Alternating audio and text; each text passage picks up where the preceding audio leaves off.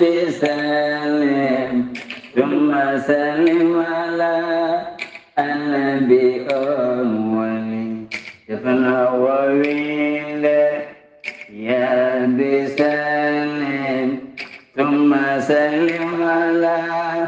النبي أولي شفنا وويله musidɓe tedduɓe hettiyankoɓe ayawo weltare tv weltare ɓiɓɓe fulɓe andu diine maɗa fedde heblo sukaɓe afrique so daneri filtima ɓaleri buuɗalirmede fere feeñay windere feñjay batake bindaɗo hoore biir nogase joymboy hitande ujunaje nogase tati battakuji men ko fate tarihaji annabaɓe en jetti joomi men tagɗo en konnuɗen hakkude jeeri e waalo wi kam tan yen ndewɗum en juule annabi men tedduɗo cuɓaɗo korsuɗo korsinaɗo e ɓerɗe men mo jamirɗen yen juule kala saaha en duwanima jinnaɓe men jeyɓe sababu godangal men oɗo hen duniya en duwanima en jaari en manti sernaɓe men andinɓen o diinal islam belɗo mo gonɗen e dow mum musidɓe tedduɓe hettiyankoɓe ayawo weltare tv weltare ɓiɓɓe fulɓe en garti hande e oɗo hen aset ngam jokkude tarihaji meɗen annabaɓe gonɗen koye baba adama eɗen gonde musidɗo men ceerno Khalid Abdoullahi Sy taw kadi ko kañum aranta men e ndiɗo hen mbadi ha ɓuuren andude hade men yettade tarihaji meɗen on ñagama yafuye dande nde nangga no fewi ken mabɓaɓe tigui tigui gonga e gonga wona seeɗa noon garaten seeɗa koye docteur Djiby Sow wittiyanke safriyanke mo jomiraɗo o rokki sellinde o saaha mo gonɗen docteur Djiby Sow ko bittowo leɗɗe ɗe Allah funni e dow leydi ndi ha heɓa hen ko laaɓi ngam ene wawi safrude ñabbuji cuuɗotoɗe nder ɓalli docteur Djiby Sow tawete ko kiidira kono ɗeɗo henna balɗe omo fiɓi yaade to leydi Mauritanie ha toon to Nouakchott saabu base makko ne tawe toon woni toon ko miñi ko biteɗo Makki Ɓan docteur Djiby Sow ene hoolna dendagal bandiraɓe kala mo joƴƴine nokku saari woto sikkito no wittirɗe leɗɗe haw yen ko laaɓi ene safra ñabbuji ɗi o noddi ɗi woto jomum fifto hen haydara docteur Djiby Sow ene safra fibron kiis nem e morit gonɗo nder e jalto boowal keeceji musoje koyɗe musoje koye musoje ɗojjo duumingo donkuɗo ɓesnude caɗele gorago docteur Djiby Sow ne safra fannuji goɗɗi kewɗi ko wayno asma estomac tampini neɗɗo deedi guttatoji kala sa yiiɗi hebde hen ko laaɓi jokkodira e docteur Djiby Sow mbatta ko 77 244 92 81 so tawi noon ko numéro makko WhatsApp ko numéro leydi Mali 00 223 70 85 72 47 musidɓe tedduɓe docteur Djiby Sow e jeese moɗon musidɓe tedduɓe gonɗen koye lewru korka teddundu eɗen gandi neɗɗo so hoori yo salo haɓede haare moƴƴani nder galleji ɗi nder dinguire ɗe jeereji ɗi dewle ɗe ɗo wawi wonde kala so tawi a hoori so neɗɗo ɗaɓɓirima haare wiɗuman ka korɗo woto tikkodire woto dugde woto haaɓe woto ñoh woto bonnu woto bonnit ya haaju ma mbasa horande mere ko hunde nde poɗɗen wattude haqqille enen kala yo Allah subhanahu wa taala wallu en ceerno Khalidou Abdoullahi Sy en garte e jewte meɗen ñalawma aset hande o kono kadi jokkoyten koye baba adama kono haade men yettade baba adama ceerno Khalid Abdoullahi Sy min calminima min mbi mbara ɗanima wona ɗo selli alhamdulillah sabi min gandi ko dondiɗa ko ne teddi no fewi ɗum noon bisimilla maɗa calmina bandiraɓe jokken jewte meɗen ceerno Khalid e inde moɗon e inde gida moɗon ɓurɗo men nden wadde juulen e ɓurɗo nafa en yen kodde janngo wolodo winne nden wadde. وعليكم السلام ورحمة الله وبركاته. سيد سار مسلمتي ماما ñagan mama Allah moƴƴere to gonda fo mi ñaguima Allah yawona jaam. amin ya rabbal alamin. en jetti Allah Allah moƴƴo kewɗo moƴƴande jeeyaɓe mum o moƴƴani en kadi wawde jottade ɗo hande addande en kadi yewtere meɗen taw ko yoytinde daari annabaɓe men wisaji annabaɓe taw koye yewtere men wiyetede buuɗal yurmede yaadude musidɗo men biyeteɗo Abdoullahi Sarr Seydi Sarr yo Allah juutnu gurdam yo Allah newnu moƴƴere. en calminima salmiɓe ɓe foof eɗen keeɓa calminali ɗi onon foof ɗon calmitama. Sarr Abdoullahi Sarr ene nelde vokkuluji neldo toon mo omo nelda ene yetto so limtama tan junne walla juume ko ɗum waɗi en limtata kono en calmini dendagal salminnoɓe enen calmitimo ɗumen. en calmini weltare ɓiɓɓe fulɓe foof goppani goto kono en calmini jinnaɓe men wonɓe sababu wodere men e aduna. en calmini ceerno men mo ganduɗa ko jokkorgal meɗen hono ceerno Mahmoudou Belli Mbaye. en calminimo en ñaguima Allah nde Allah junnata gurdam makko wadde hen cellal e kisal barke annabi sallllahu alayhi wa sallam. ko wona ɗum ko Allah artirene moƴƴere mum eɗen jiiɗi kadi hande jokkude yewtere meɗen Sarr Abdoullahi Sarr mbeɗe hettima inchallahu taala konngol arti e ma on saaha ɗo jiɗɗa ɓaggore ɗen foof ɓaggoɗen inchallahu taala. ɗum noon Seydi Sarr konngol e arti ma. ceerno Khalid Abdoullahi si min calmitimama min juurimama hanki noon kam e bandiraɓe men salminoɓen ɓe eɗen jogui bandiraɗo debbo goto rokki kam debbo rokki kam ɓiyi ko debbo kono an kam a suwa rokkede taw kono min kam hanki mi rokkama mi haalta leydi ndi mi haalta nokku o woto yimɓeɓe bonnandemi woto mbiɗa komi kulɗo reedu ɗum noon ɗum ko sirlu wonata ha korka maayo an kam ma tin ɗum. musidɓe tedduɓe wonɓe Jokliwindere amin calmito on e kala saaha mboɗo ñaago yafuya noon woni o joji ɗin ɗon kammi jabade to banggue privé o kono wona anje jabade kono ala ko ɓittede tan inchallah moni kala ɗo woni haaqillaji men ene keede jomum. ceerno Khalid Abdoullahi Sy hanki en naate Baba Adama en puɗɗima Baba Adama ɗo puɗɗiɗen Baba Adama ɗo darniɗen ɗo ko ɗon tan jimmi puɗɗitoroɗen jokken hen haade mi addude namdalam inchallah. eyyi Seydi Sarr mi salminima mi nani haala ma gonga hanki en puɗɗinoma nadde e Baba Adama. eyyi Baba Adama nde Allahu subhanahu wa ta'ala muuyi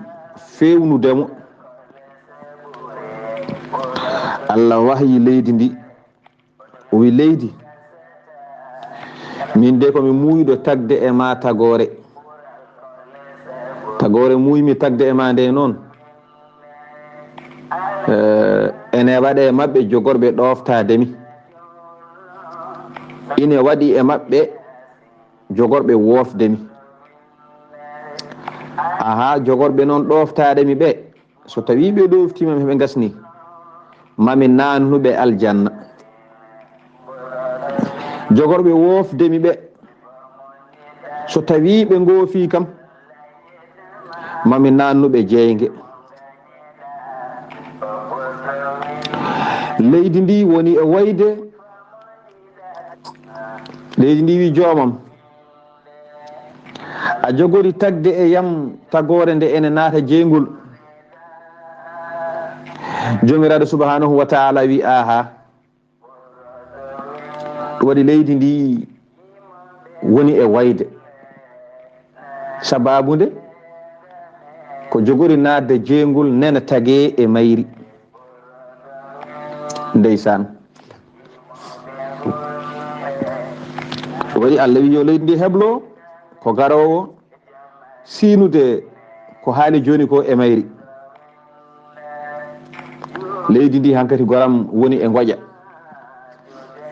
leydi ndi hankadi woni e ngoƴa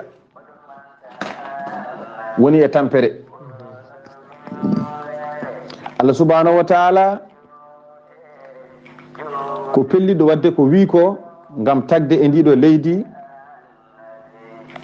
ko ene lomto e sinude jamiroje makko kala hen ko rewimo o moƴƴinana ɗum o moƴƴana ɗum kala hen ko rewanimo o nannoya ɗum e nokku mo ganduɗa hay goto yiɗano nadde toon woni jeygol. ɗum noon yo Allah dandu en e ngol ɗo jeygol, yo Allah arjuginen galle aljanna o. kono mere heɓata ɗum, mere heɓata so wona mere ko golle keɓata ɗum ɗo. ɗum noon tinnoɗen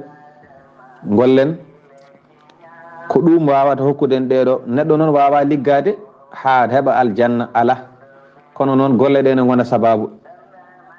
neɗɗo ene wawi hedde ɗo liggete mo liggo fodde duuɓi taw o wawa sodde hay galle aduna ala ko haali galle biyeteɗo aljanna. kono noon neɗɗo o a rewat Allah,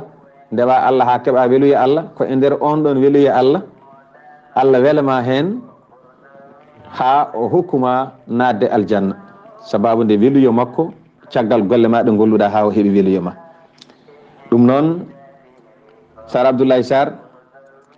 ko ni o waddi e leydi kanko Allah nde o yiɗi tagde Baba Adama, mi artirema konngol on saaha jokka namdal inchallahu taala jokken golle. est ce que ceerno Khalidou Abdoullahi Sy golle ma jooɗi peewi caggal ɓeɗo hen nelaɓe kala, holno leydi ndi nokkira e hol on tataɓo? eyyi Seydou Sarr mi salminima, namdal ma bangal fayida.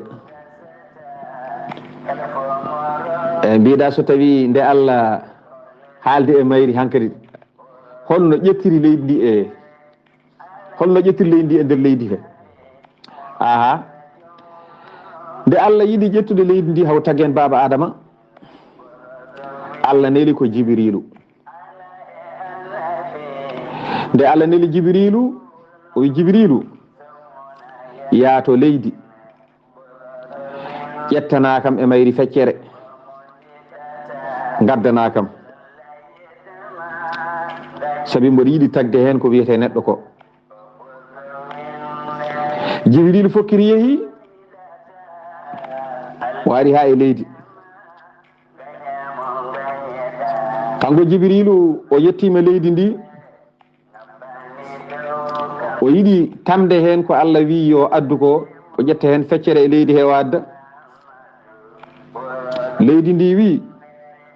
mbeɗo mooli e teddungal Allah, on Allah nelɗoma ɗo henne sababu nde teddungal makko, mi moolima e teddungal makko, woto nanguɗo haydara, woto ƴettu e yam haydara,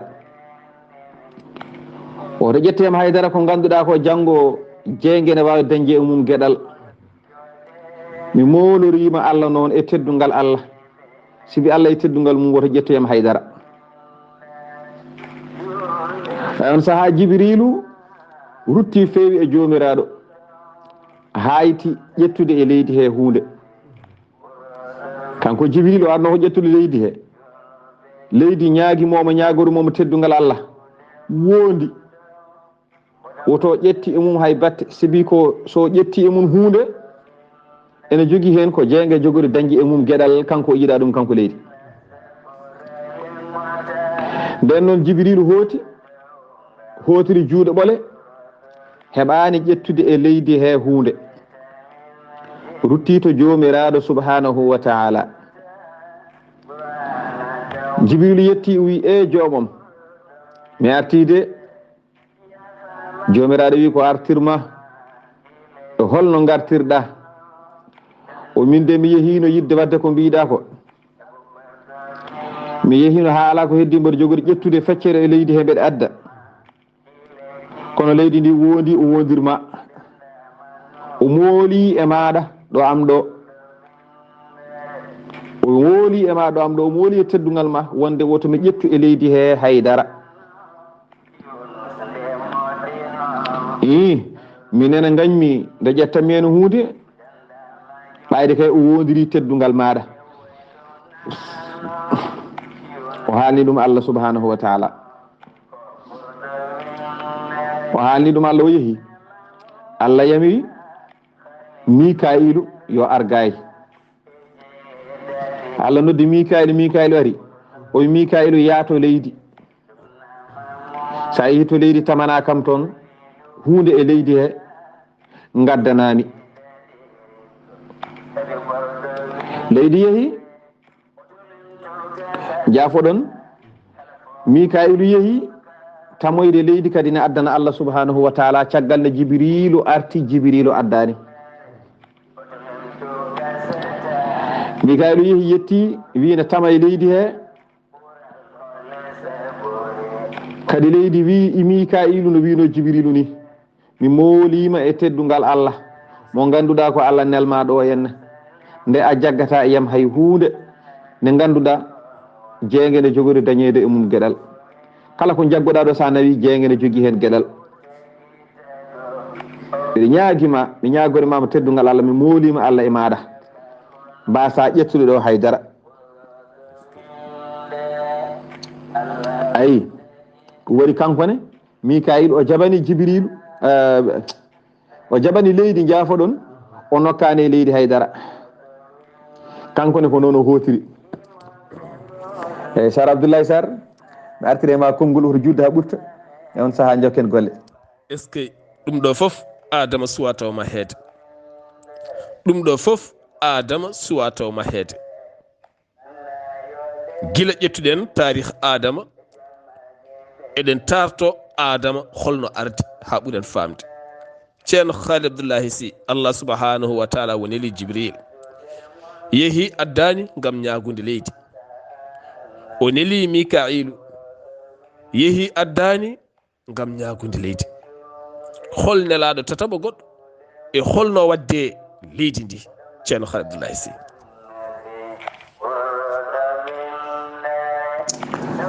mi salminima Seydou Sar ha joni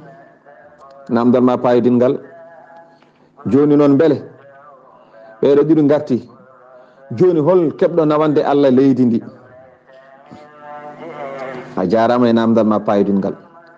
Allah subhanahu wa ta'ala nde o neli Jibrilu leydi wondani Jibrilu mooli e teddungal Allah Jibrilu hoti nawani Allah neli Mikailu hoti caggal ne leydi wondani ɗum leydi mooli e teddungal Allah Mikailu no hoti nawani leydi ndi nde Mikailu hoti nawani leydi ndi o yetti o wi jomiraɗo mi arti o wi no goruɗa o wi mi addani leydi ndi de sibi leydi ndi ndi waddi e yam ko ndi wadduno e Jibrilu ko min ndi wondani kam ndi mooli e teddungal ma wonde woto mi jaggu e mayri haydara min no mi arti Allah subhanahu wa ta'ala noddi Azrail woneli Azrailu o wi Azrailu yaato leydi to sa yi to leydi to on saha nokkanami e feccere leydi he gaddanami Azrailu yehi fayi to leydi to nden Azrailu yettima tan leydi ndi kañum ne wondi no wondirno adana ni wi mi ñaagimama sibi Allah mi molima e teddungal Allah e maɗa tinno woto jaggam haydara ko ganduɗa ko jeenge ina jogori dañede e mum gueɗal o haalinum Azrailu kanko leydi Azrailu tan jikki leydi ndi o holli leydi ndi haare o jikki leydi ndi nde o jikki leydi ndi kadi ne wooda ene ɓeydo won sabbi Allah sibi teddungal Allah ene ñaagomo tan Azrailu ne ɓeydo nokkude omo ñaago omo wooda Azrailu wimo yamirore Allah ɓuri wondore ma nde min ko Allah yamirtami ko ɓuri hulminademi e ma e ko gondata ko Azrailu tami ƴetti leydi ko yinno ƴettude ko e yamirore Allah Azrailu yaadi hen kala bange e mayri kayri leydi ndi Azrail nokki ɗon kala bange mayri Azrail ɓenna kadi nokka ɗo kadi ɓenna bange goɗɗo nokka ɗo e fannuji leydi ndi fof ko ɓawli hen eko wojji hen eko ranwi hen eko soyɗi hen e fannuji leydi ndi fof Azrail nokki hen nde Azrail nokki hen nawi faari to Allah subhanahu wa ta'ala ɗen ɗon nokkande o yetti to Allah o wi joomam leydi ndi neni mi addi o yi mbata ndi wodananima ndi wondani ɗo am ɗo to ma nonni wadduno e Jibrilu e Mikailu ni nde waddani noon e ma Azrail wi aha kay ndi wondi ala ko ndi haalani kono min yamiroram yamirore ma ɗo am ɗo ɓuuri waɗɗade mi e wiide mboɗo woppa mo woppiri ɗum to ko wondore makko de kadi kulol ma ngol kulmami ngol ɓuuri mi hulde e wiide mboɗo acca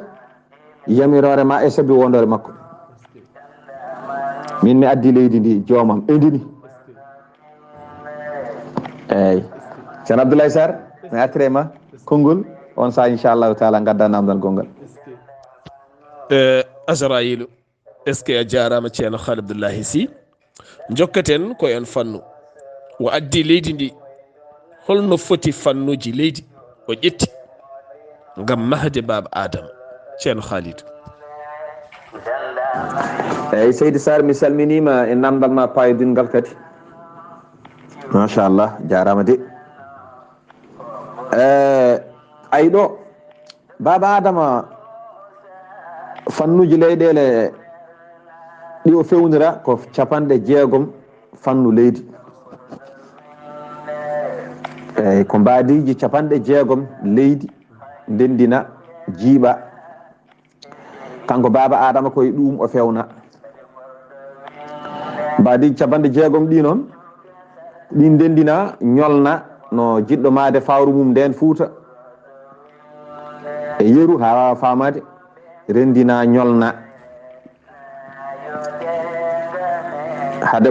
hade makko mahede leydi ndi joƴƴinama ko juuti ma en garoy hen sabi leydi ndi ndi jiiɓa nde joƴƴina ko duuɓi 40 ndi wonti ɓakkere kolotode wappa ɗon kadi fodde duuɓi 40 goɗɗi ɓakkere nde wonti senglore caggal ɗum noon o maha kanko baba Adama woni duuɓi 80 o maha ɗo o dari fodde duuɓi 40 ɗo darna ɗo noon koye lawol maleykaji kanko baba Adama ɗo maleykaji ngabbirta dow ɗo lawol mumen to ndewata ɗo ko ɗon o darna kanko baba Adama o maha o darna ɗon joni noon en mbi Azrailu addimo Azrailu yettinimo Allah subhanahu wa ta'ala de Azrailu yettini Allah wimo i an de ɓeyto jeehi gaddani an yeehi addi Azrailu mi yamirore ma nde ɓurtidde me kodi haalata ko ɗon e ɗon Allah subhanahu wa ta'ala wi Azrail ɗum noon an mi waɗima ko an wonata malakul mawti an tamoyta pittali yimɓe hankadi sabi an ko mbaɗɗa ɗo ko aɗa handi e hennede e on ɗon poste e oɗon poste ko an hennete hen si ɓeyton yeehi gaddani an yeehi tan a wawni a tami a addi wadde an woni tamowo pittali hankadi ayi ɗum waɗi Azrailu hennede e tamde pittali ko Jibrilu yeehi addani Mikailu yeehi addani Azrailu yeehi forsi addi leydi ndi ɗon Allah wimo joni bisimilla an kam kennan mi yiiti posoma ko ɗo kennanmami Allah hennimo e tamde pittali ɓayɗo wawi tamde leydi ɓeyto jeehi gaddani o addi wadde kanko o hetta e tamde pittali ko jogori fewneɗo ɗo ko immoto koye tamanɗe ɗe o addi ɗe wadde kanko omo jogani ɗum doole wadde o henne hen ɓayɗo gollingal gollal guila joni hankadi somi fewni ko jimmi fewnude ko kala hen mo coklumi yo adde ko an addoyto ɗum ɓayde aɗa wawi forsude gadda jomum kono ko adi oɗo ñalawma malayka mayde alano ala ko ñande hen o forma caggal o golli ngal ɗo gollal ha joni so tawi gollal ne wodi yimɓe ne golla hen kala ɓurɗo wawde moƴƴinde tan e heewi oppede on ɗon poste eyyi kanko ne ñande hen o moƴƴini ngal ɗo gollal tan Allah wi aha an aɗa moƴƴa e oɗo poste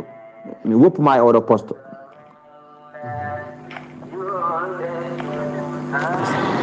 ko ni ɗum sifoyi ko ni Allah waddi e oɗo Azrailu mo jiiɗa ɗum noon Sar Abdoulaye Sarr mi artire ma konngol e on saaha kadi gaddan namdal gongal ceerno Khalid Abdoullahi Sy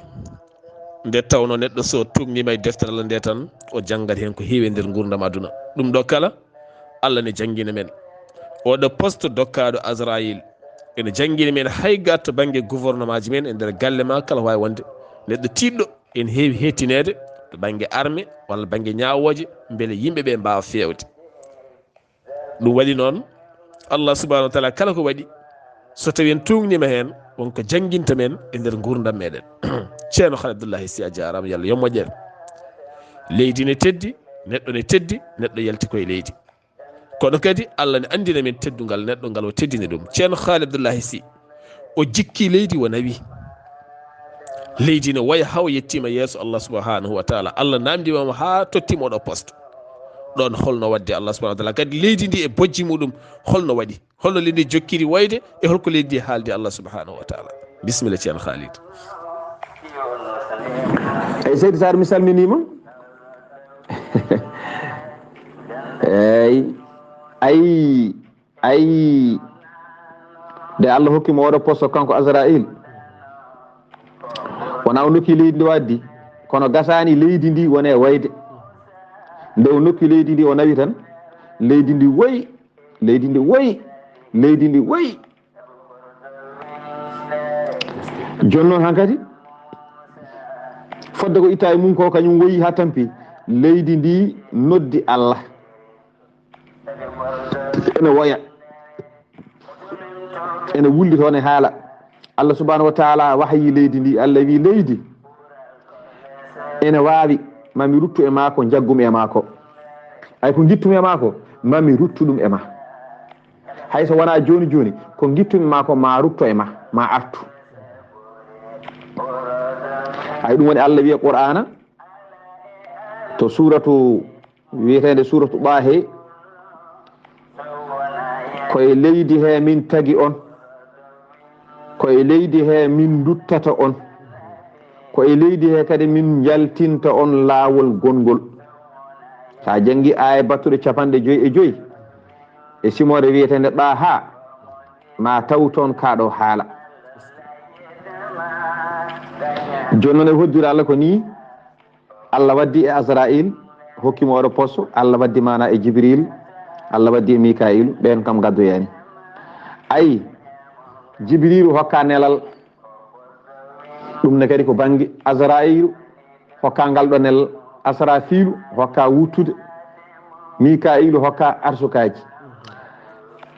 Azraïl nde hokka ngoɗo poste Azraïl woytiɗo Allah subhanahu wa taala Azraïl wi Allah goɗo poste noon kam mi wona jiɗɗomo no fewi somi goɗo poste ene bonna inde wiyede neɗɗo barowo yimɓe ɗum ne bonna inde mi yiɗa ngoɗo poste Allah wimo artide hakkille ma mami hoyfinane aha mami wat neɗɗo maaya wiye ko accident warimo mami wat neɗɗo maaya wiye ko laaɓi ko jowaɗo laaɓi warimo ay ɗon indema innetake ɗon mami wat neɗɗo maaya wiye kanko de ko reedu musandu ay ɗon a innetake ɗon mami wat sabbuyeji kewɗi so ɓoyini mami yejjitini yimɓeɓe indema hande nde satti neɗɗo maayo o wiye ko Azraïl ala ko Allah winoma ko waɗanimo ɗum eyyi warimo ko laaɓi warimo ko jaasi warimo ko kaari warimo ko reedu musandu warimo ko accident auto wari eyyi woto caggal ɗum kanko Azraïl o jaaɓi o deeƴi e ko Allah haalanimo ko joni noon ko ni ɗum sifori joni noon Allah subhanahu wa taala fecci ɓeeɗo nayo ɓattiɓe ɗum goto fof o rokki ɗum nokku liggorgal muɗum eko foti liggade Sar Abdoullahi Sar konngol arti e ma on saaha kadi haminen namdal ma gongal so Allah jaaɓi seydi Sar a jarama ceerno Khalid Abdoullahi Sy golle ma jooɗi peewi musidɓe tedduɓe oɗon ñaaga yafuya no fewi tawno dande ne nanga tigui rigui ko mabɓo tan wona ñebbe wona haydara goɗɗum ceerno Khalid Abdoullahi Sy oɗo poste gonga makko noon saabu poste o ko gulɗo jew kono kadi fodore nde jomiraɗo fodinimo nde en jillatima hande neɗɗo so maayi wiye ko diabète walla ko paali walla ko accident walla ko ñawɗum walla ko cancer walla o nawe ɓandu ndu ƴeewoye holko warimo Azrailu yejjita hen ha laaɓi est ce que nde tawno woni poste oji ko gonga hayso tawi eɗen jouɗo film joni théâtre walla goɗɗum kala keɗɗo poste bonɗo jeyata ko yimɓe ne kuɗa ɗum ene ƴetta ɗum taw jomum hayyani hono noon ceerno Abdoullahi Sy ha hande de baba Adama ma haka taw ko tartanten ko fof baba Adama ma haka taw leydi ari yettima holno Allah subhanahu wa taala wadde leydi ndi kono mbaɗa andi noon koɗo hankkadi jogoɗen daroyade inchallah ceerno Khalid eyyi seydi Sar mi salminima lal gongol a jarama eyyi joni noon ha joni de baba Adama suwa ma he taw mbiɗa eyyi ko gonga mi haali ɓakkere nde jiiɓama kono a hayata ɗum taw a Israilu nde addi leydi ndi o totti Allah Allah wi ko naw leydi ndiɗo ya waɗoy ɗum e damal aljanna no Azrailu addirno leydi ndi ni Allah wi yo ƴettu leydi ndi o waɗoya e damal aljanna nden noon o waɗi e damal aljanna o joƴƴini nde o joƴƴini leydi ndi e damal aljanna kanko Azrail Allah yamiri biyeteɗo Ridwan on woni denowo damal aljanna ngal kanko jogui coktirɗe aljanna kanko oɗo Ridwan oɗo maleyka biyeteɗo Ridwan ko Ridwan jogui coktirɗe aljanna nde Azrailu nawi leydi ndi o yuppoyi damal aljanna Allah yamiri Ridwan yo naat nder aljanna to cangol gotol nen toon no wiye tasnim cangol ngol wiyete ko tasnim ene toon calli kewɗi tasnim en salsabil en eɗi kewi joni noon Allah wi ƴettu cangol biyetegol tasnim guitta hen ndiyam gadda ndendina e ndiɗo leydi jiiɓa joni noon Allah ƴetti kadi Jibril nen ɗum wi ya ay ɓernde leydi ɗo hakkude leydi ndi ɓernde nde leydi daneyri tal nan ɗon ya addu hen leydi seeɗa mbatta hen ndin leydi adda rendina e ɓakkere nde oɗo biyeteɗo Ridwan jiiɓi wiyama ayi ndiɗo leydi daneri ndi Jibril addoy sakket ko e ndiɗo leydi maleykaji taga ko hen ɓe cawtande ɓe jibintede haade maɓe jibinede ko e ndiɗo leydi kamɓe ɓe taga ndin leydi ndendinadi e ɓakkere to baba Adama ma ha ɗo ndin leydi daneri kala annabi jaltuɗo wonoyi annabi ko e ndin leydi yalti